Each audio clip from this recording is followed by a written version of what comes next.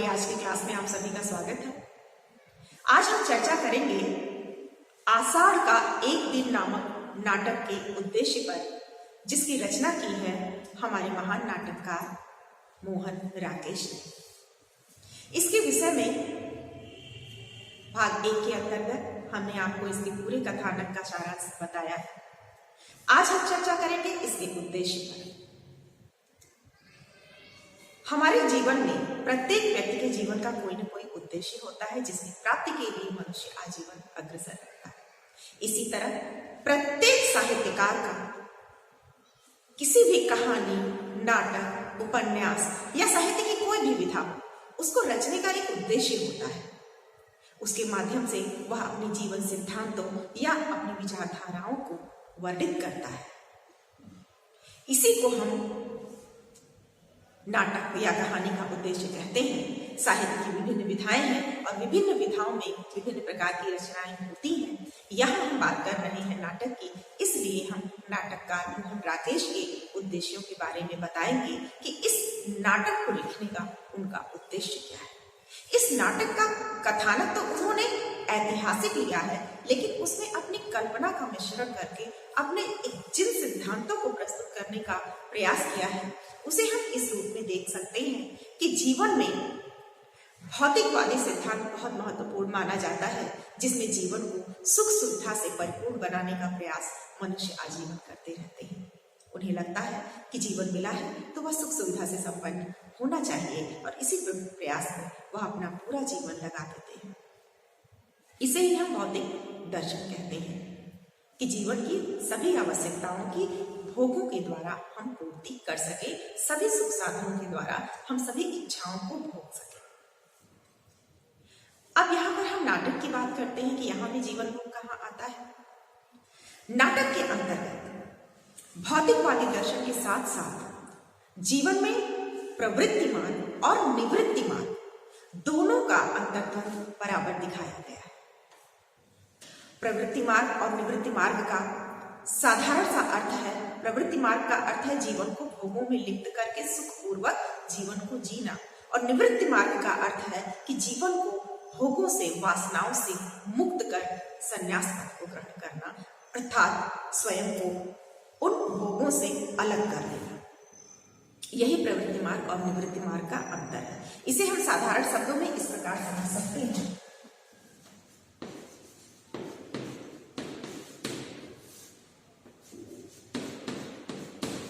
प्रवृत्ति मार्ग अर्थात भोग विलास,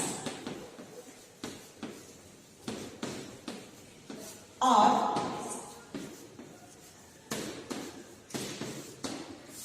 निवृत्ति मार्ग अर्थात संन्यास या भोगों से मुक्ति। अब हम नाटक के परिप्रेक्ष्य में इस उद्देश्य को किस प्रकार से देखेंगे। नाटक का मुख्य पात्र है नायक कालिदास, जिसने ऋतु संहारकम की रचना की, जो जीवन में भोग विलास बिल्कुल भी महत्व नहीं देता है। जब उसे राजकवि का पद प्राप्त होता है तब भी उसे कोई इच्छा नहीं है। उसके मामा स्पष्ट रूप से कहते हैं कि श्रीमान कह रहे हैं कि मैं मूल्य देकर खरीदे जाने योग्य नहीं, अर्थात वह किसी भी हालत में उस प्रवृत्ति मार्ग को, उस भोग विलास के जीवन को अपनाना नहीं चाहता है। लेकिन फिर भी ग्रामवासियों के कहने पर और स्वयं मल्लिका द्वारा प्रेरित करने पर वह भोग विलासमयी जीवन में संलिप्त हो जाता है, परंतु अंततोगत्वा वह मार्ग पर चला जाता है, अर्थात मल्लिका और सभी सामाजिक भोग विलासों से दूर। अर्थात एक तरफ लेखक यह कहना चाह रहा है कि जीवन को भोग विलासों से मुक्त करना ही मानव जीवन का उद्देश्य है।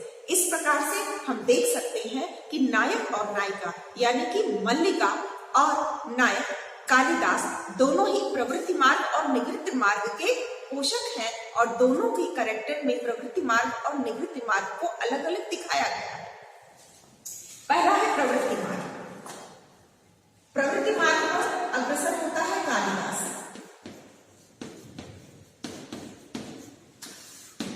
और निवृत्ति मार्ग में कौन है?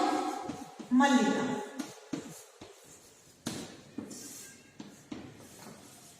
कैसे है?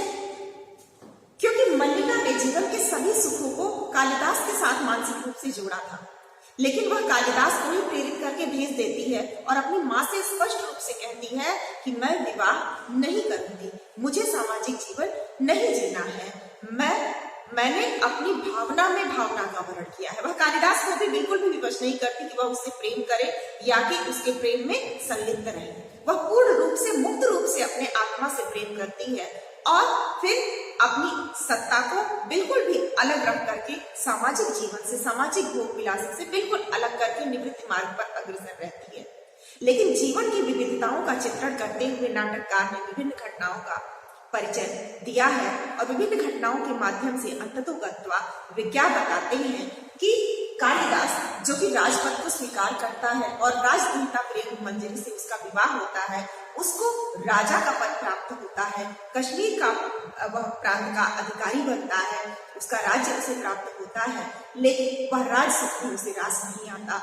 वह विभिन्न प्रकार के ग्रंथों के प्रणयन के माध्यम से अपनी भावनाओं की अभिव्यक्ति करता है और अंततोगत्वा वापस मल्लिका से मिलने आता है और जब उसे मल्लिका का बदला हुआ रूप उसके जीवन का दिखता है तो उसे लगता है कि उप जीवन में क्या रखा है और वह चुपचाप चला जाता है। अर्थात कालिदास जीवन के सभी भोगों को भोग करके अंततोगत्वा पुनः प्रवृत्ति मार्ग से निवृत्ति मार्ग की ओर अग्रसर हो जाता है। यह निवृत्ति मार्ग का पोषक बनता है, लेकिन कहानी के अंत में वह मल्लिका जो जीवन के किसी भी भोग विलास में कोई दिलचस्पी नहीं रखती है, जीवन की कठिन परिस्थितियों ने उसे इस मोड़ पर लाकर खड़ा कर दिया कि उसने समझ लिया कि वास्तव में उसकी माँ ठीक ही कहा करती थी। मल्लिका की माँ अंबिका कहती थी कि भावना में भावना का वर्ण क्या होता है? क्या भावना से जीवन की सभी आवश्यकताओं की पूर्ति हो जाती है?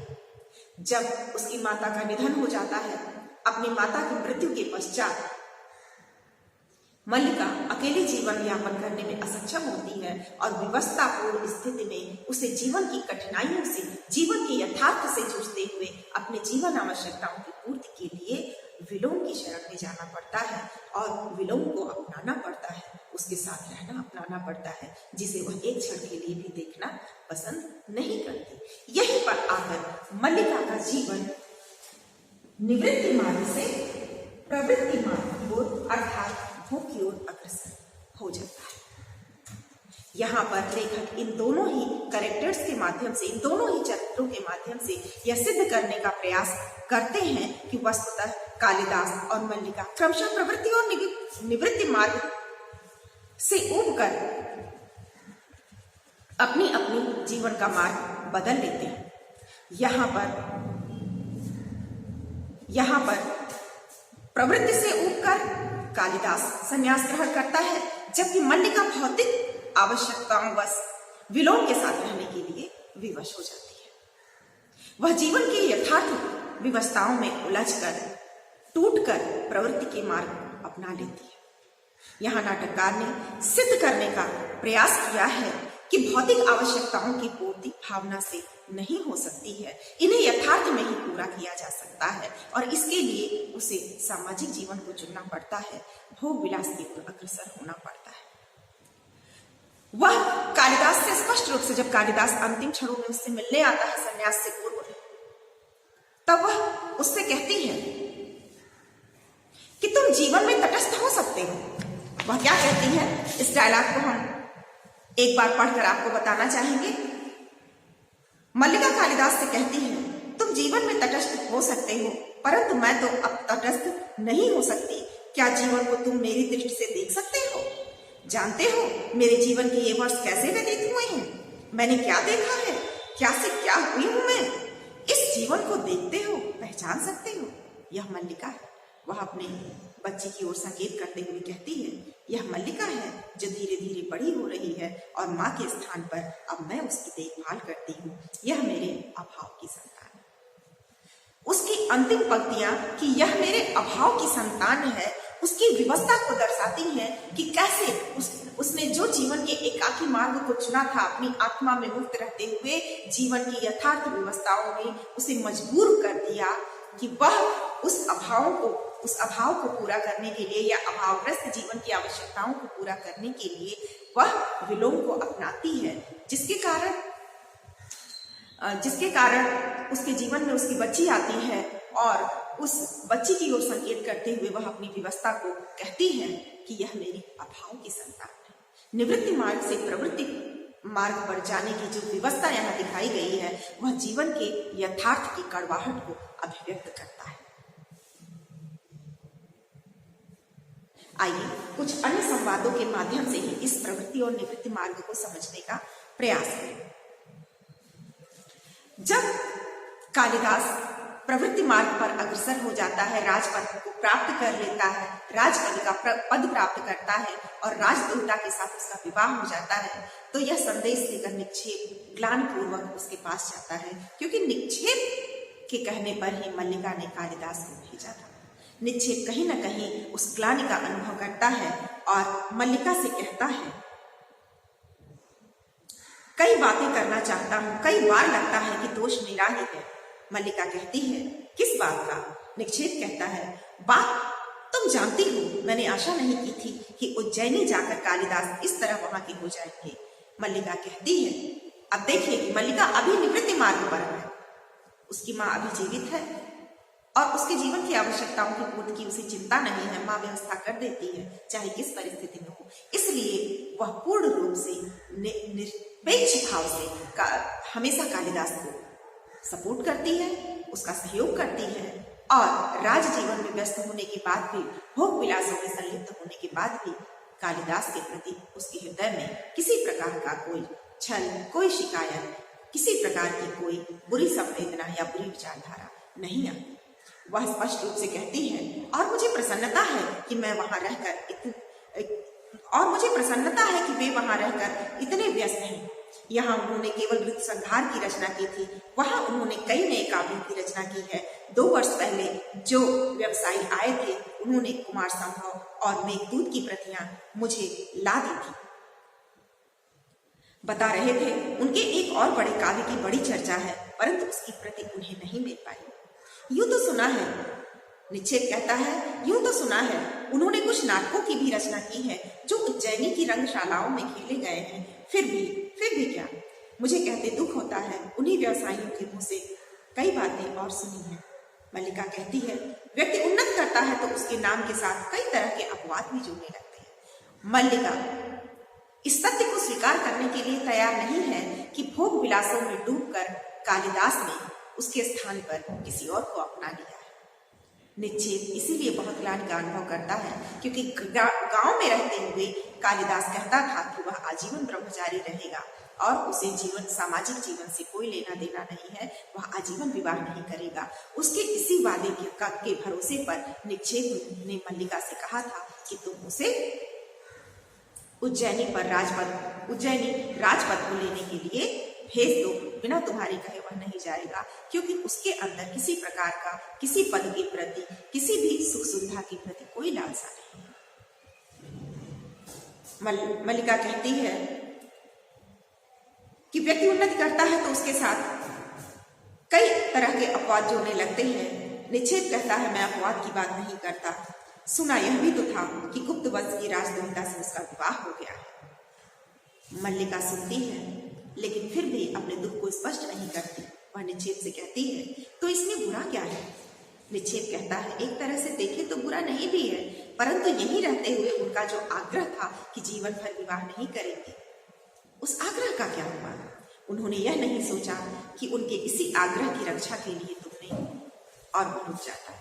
उसका स्पष्ट मत है कि उसके इसी वादे पर भरोसा करके तुमने भी उसे राजपद को ग्रहण करने के लिए, राजकव के सम्मान को ग्रहण करने के लिए उसे भेजा था, ताकि उसका व्यक्तित्व निर्मित हो सके, उसे यश प्राप्त हो सके। लेकिन वहां जाकर वह राजकीय भोग विलासों में डूब जाता है, अर्थात जीवन में प्रवृत्ति मार्ग की ओर अग्रसर हो जाता है। मल्लिका अभी भी निवृत्ति मार्ग पर है। वह कहती है, इसके विपरीत मुझे अपने से ग्लानि होती है कि मैं ऐसी उनकी प्रगति में बाधा भी बन सकती थी। आपके कहने से अगर मैं उन्हें जाने के लिए प्रेरित ना करती तो कितनी बड़ी क्षति होती। निक्षेप कहता है, यह तो दुख है कि मेरे कहने से तुम ऐसा ना करती तो आज तुम्हारे जीवन का यह रूप न होता। निक्षेप कहीं न कहीं उस ग्लानि को अनुभव करता है कि मेरे कहने से ही मल्लिका ने उसे राजपद को ग्रहण करने के लिए, राजपद का सम्मान लेने के लिए उज्जैन भेजा था। यदि मैंने ऐसा ना किया होता तो कम से कम कालिदास मल्लिका के साथ होता। भले ही विवाह करता या नहीं करता, लेकिन कम से कम वह सामाजिक जीवन में उसका साथ देता। मल्लिका कहती है, मेरे जीवन में पहले से क्या अंतर आया है। पहले माँ काम करती थी, अब वे अस्वस्थ है तो मैं काम करती हूँ। बाहर से, निक्षेप कहता है, बाहर से तो इतना ही अंतर लगता है। मल्लिका अपनी बात को दबावपूर्वक कहती है कि केवल इतना ही अंतर है। इस प्रकार मल्लिका को दिखाया गया है कि नाटक के आरंभ में मल्लिका निवृत्ति मार्ग पर है। उसको जीवन के भोगों से कोई लेना देना नहीं है। वह कालिदास के ऊपर पे कोई मानसिक दबाव भी नहीं रखती है कि वह भी उससे प्रेम करे या सामाजिक जीवन में उस प्रेम का निर्वाह करे, उससे विवाह करे, समाज के सम्मुख उसे अपनाए या उसे बहुत सारी भोग विलास की वस्तुएं लाकर उसके जीवन को सुखी बनाने का प्रयास करे। वह इन सभी भावनाओं से मुक्त है, पूर्ण रूप से वह अपने आप को मुक्त रखे हुए है। लेकिन दोनों के जीवन में ऐसा परिवर्तन आता है कालिदास के जाने के बाद और उसके माँ की मृत्यु के बाद जीवन की यथार्थ व्यवस्थाएं उसे इतना विवश कर देती हैं कि मल्लिका जीवन के प्रवृत्ति मार्ग को चुनने के लिए विवश हो जाती है और उसे विलोप को अपनाना पड़ता है। जबकि कालिदास विभिन्न भोग विलासों को अपनाते हुए भी जीवन में अनेक वर्षों के उपरांत क्या देखता है कि इस जीवन में कुछ नहीं रखा है, हर तरफ संघर्ष है।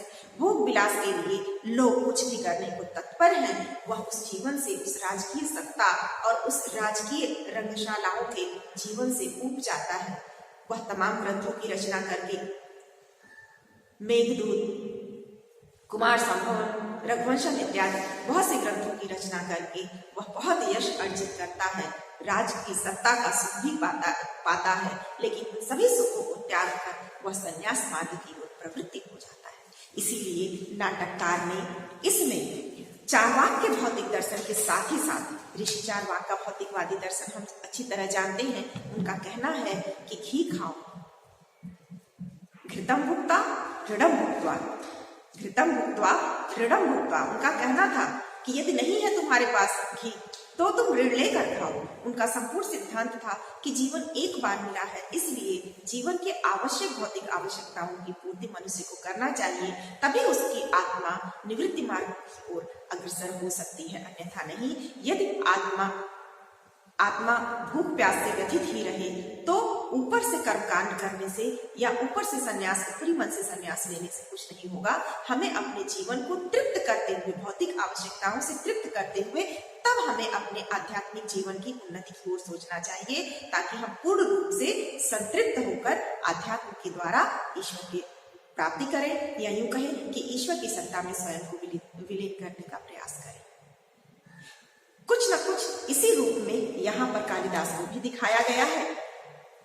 यहाँ पर नाटककार ने भौतिक दर्शन के साथ साथ प्रवृत्ति मार्ग और निवृत्ति मार्ग की घनीभूत जो द्वंद्व है, जो कालिदास और मल्लिका के जीवन के माध्यम से यहाँ प्रस्तुत किया गया है, उसको दर्शाने का प्रयास किया है। यहाँ जीवन में विषय वासनाओं, साधन सुविधाओं का भोग मनुष्य को कुछ समय तक आकृष्ट करता है, यह दिखाया गया है। कालिदास के जीवन के माध्यम से दिखाया गया है कि व्यक्ति के मन को मानसिक रूप से, आध्यात्मिक रूप से भोग विलासों में यदि हम संलिप्त करने का प्रयास करते हैं तो कुछ दिन तक तो व्यक्ति का मन लगता है, मनुष्य का मन लगता है, लेकिन अंततोगत्वा मनुष्य कहीं न कहीं इन भोग विलासों से विरक्त हो जाता है और निवृत्ति मार्ग को अपना लेता है, अर्थात जीवन को भोग विलासों से मुक्त करके आध्यात्म मार्ग पर ले जाता है, जैसा कि कालिदास अंततोगत्वा करता है। और वह संन्यास मार्ग की ओर, प्रवृत्ति मार्ग की ओर स्वयं को अग्रसर कर देता है, जबकि जीवन के यथार्थों से जूझते हुए मल्लिका विलोम की शरण में चली जाती है और वह यहाँ पर प्रवृत्ति मार्ग को अपनाने लगे। जीवन के इसी द्वंद्व और इसी घनीभूत द्वंद्व को, जो मानसिक अंतर्द्वंद है कालिदास और मल्लिका के अंदर, उसी को दिखाया गया है। कैसे बदली हुई परिस्थितियों में दोनों संघर्ष करते हैं और दोनों के जीवन का उद्देश्य बदल जाता है। मल्लिका निवृत्ति मार्ग से प्रवृत्ति मार्ग की ओर चली जाती है और कालिदास सभी भोग विलासों को भोगने के बाद भी अंततः गत्वा जीवन में निवृत्ति मार्ग पर चला जाता है। इस प्रकार नाटककार ने स्पष्ट करने का प्रयास किया है कि इस जीवन दर्शन को हम कैसे समझें। संसार में मनुष्य का जीवन केवल भावना से नहीं चल सकता। भावनाओं की पूर्ति के लिए कहीं न कहीं हमें भौतिक आवश्यकताओं की पूर्ति की कोशिश करनी चाहिए।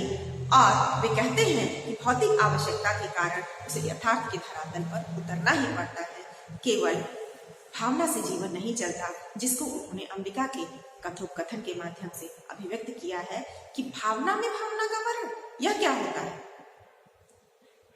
भावना में भावना का वर्ण। इस प्रकार मल्लिका को डांटते हुए अंबिका कहती है कि भावना से क्या जीवन के आवश्यकताओं की पूर्ति हो जाती है? वह स्पष्ट कहती है कि भावना से क्या जीवन की सभी आवश्यकताओं की पूर्ति हो जाती है। इस कथोपकथन के माध्यम से मोहन राकेश जी स्पष्ट करना चाहते हैं कि जीवन में आध्यात्मिक उन्नति तो आवश्यक है, लेकिन मनुष्य के लिए यथार्थ के धरातल को झुठलाना भी संभव नहीं है, क्योंकि भावनाओं से मनुष्य के जीवन की सभी आवश्यकताओं की पूर्ति नहीं हो सकती है। अर्थात हमें जीवन में भौतिक और आध्यात्मिक दोनों ही आवश्यकताओं की पूर्ति का प्रयास सामंजस्य बिठाकर करना चाहिए। इसीलिए उन्होंने अंततः गत्वा मल्लिका के परिवर्तित जीवन को दिखाया है कि कैसे यथार्थ में जीवन हमारा प्रवृत्ति मार्ग की ओर अग्रसर हो जाता है। क्यों ना हम मनुष्य इन दोनों ही मार्ग के बीच बुद्ध के दर्शन को अपनाते हुए, क्योंकि उन्होंने बुद्ध के सम्यक दर्शन को भी डाला है यहाँ पर, कि हमें मध्यम मार्ग का अनुसरण करना चाहिए। अर्थात जीवन के मुख्य भौतिक आवश्यकताओं की जो सामान्य और अनिवार्य आवश्यकताएं हैं, उनकी पूर्ति करते हुए जीवन में अपनी आध्यात्मिक उन्नति का प्रयास करना चाहिए।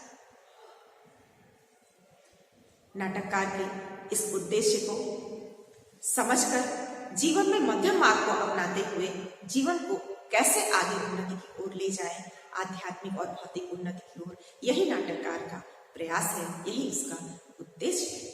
सभी पात्रों के माध्यम से अलग अलग इसी उद्देश्य को वर्णित किया गया है। आशा है नाटक के इस उद्देश्य को आप भली भांति समझ पाए होंगे। यदि आपको कुछ नहीं समझ में आता है तो आप मुझसे प्रश्न कर सकते हैं, व्यक्तिगत रूप से संपर्क कर सकते हैं। अगली कक्षा के लिए प्रतीक्षा कीजिए।